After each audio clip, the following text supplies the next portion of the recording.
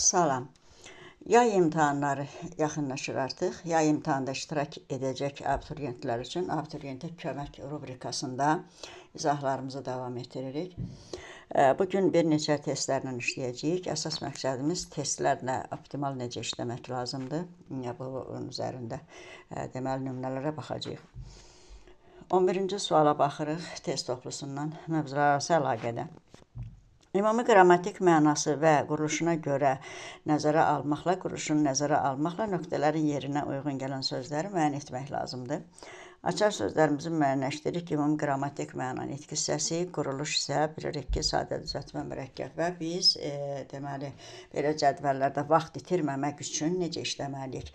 Quruluşla işləmək daha asandır. Ona görə ikinci açar sözlə başlayırıq. Quruluşa görə artıq cədvəldə sonuncu nöqtələrin yerində mürəkkəb söz olmalıdır. Çünki yuxarıda sadədir, ikincisi düzəltmədir, şaquli istiqamətdə quruluşdur, eninə istiqamətdə, vüfqi istiqamətdə isə nitq hissəsidir. Və ona görə biz cərgələrin sonundakı sözlərlə işləyirik. Cərgələrin sonunda mürəkkəb sözlər bizə lazımdır. Digər sözləri atacağıq. A variantında beşlik mürəkkəb deyil, düzəltmə sözdür. Ona görə A atılır. B variantında 5-cidəki yenə düzəltmə sözlü mürəkkəb deyil, B atılır.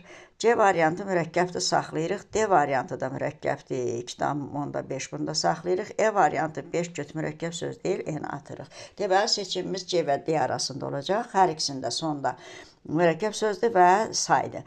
Deməli, biz indi başqası ilə işləyəcək. Birinci ilə işləyək. Birinci cərgədə birinci sözümüz nöqtələrin yerində sadə olmalıdır quruluşa görə. Baxırıq, C variantında dadlı sadə deyil. Ona görə C-ni atırıq və yeganə cavabımız qaldı D variantı.